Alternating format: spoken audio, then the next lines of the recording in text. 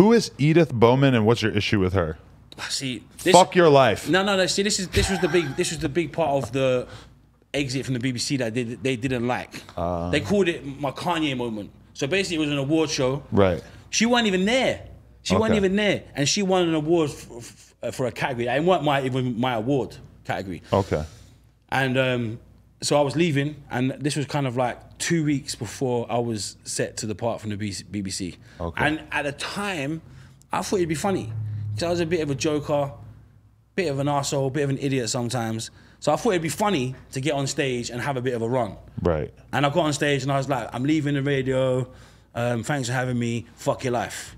And it blew up. It was wild. It was in every newspaper and yeah. It was. Well, people took it as you saying "fuck you" to her. She wasn't even there. Right. She wasn't even there. Me watching the shitty quality recording of it last night, I would have never. Yeah, no, known. she was never even there, and it was just like, again, it was a joke that backfired, and in their favor, to be fair, like they spent a lot of time trying to shit on my character.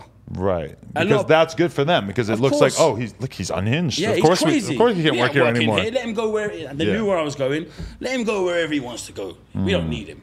And luckily at the time, obviously, I've known Zayn for years. He knows me. He knows what type of person I am. I called him. I explained myself. I'm like, I'm really sorry, man. I'm super sorry. Like that weren't me, and he got taken totally out of, context, and luckily he knew me as a person and as a character, and was like, it's cool, bro. Don't worry about that. I'll blow over.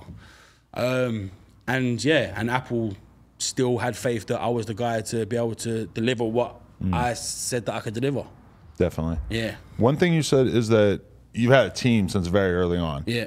How much of your success is attributed to that? What's your team look like now? And like, how much of your success has been attributed to that throughout the years? Everything. Yeah. Like, I'm nothing without my team. Because you seem like you're doing so much. It cannot be a one-man job. So like my team, so the guys that were involved then, they're still involved now. They're still a part of my team. I have a massive team. Like Sam has worked with me for 10 years. So like throughout pretty much my journey, my radio journey, he's been part of my management team. Like everyone who's been a part of my team is still a part of my team. Like unless you mess up bad or you do something crazy, you're gonna get fired.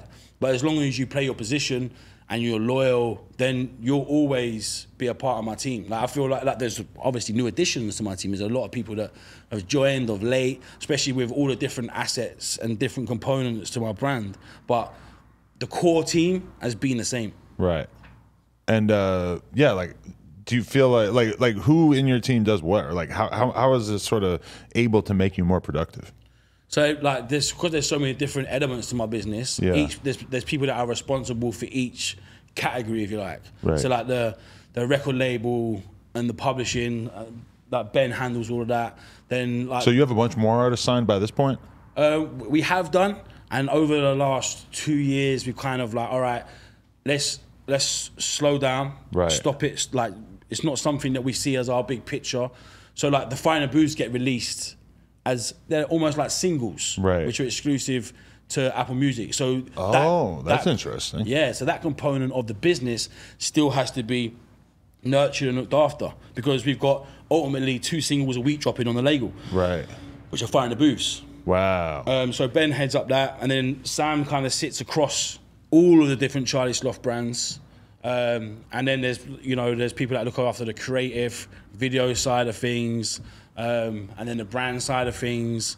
So yeah, I mean, I've got a great team which enables me to move. Do you know what I mean? It's very impressive. Yeah, I need to be able to move. Right. If I didn't have these guys, I wouldn't be able to do all the things that I do. Do you like the traveling? Watching some of these vlogs of yours, I was kind of like, holy shit, this looks like a grind sometimes because you're just hitting so many different locations. Wild. And you know what? Like, I'm still scared of flying. Really? Yeah, it's wild.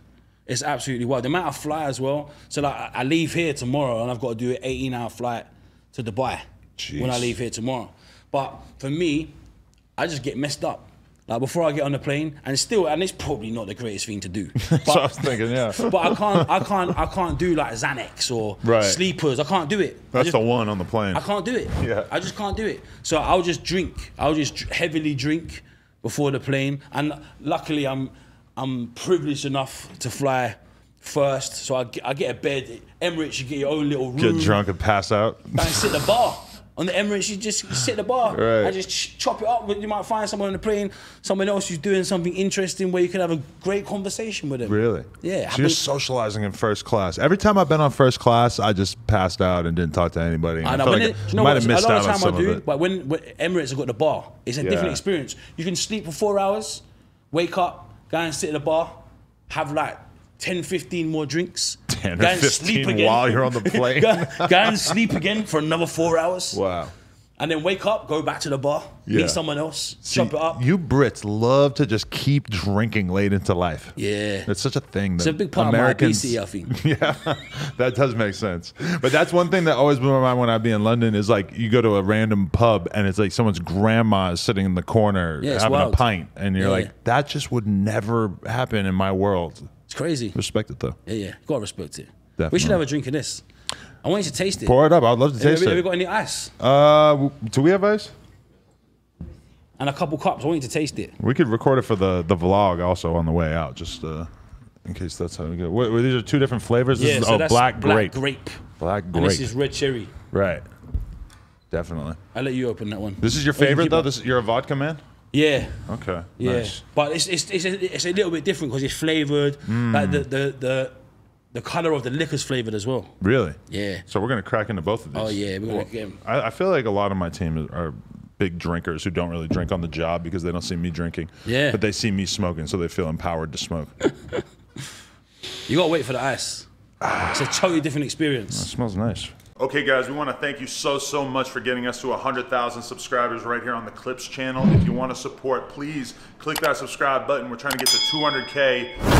Thank you so much.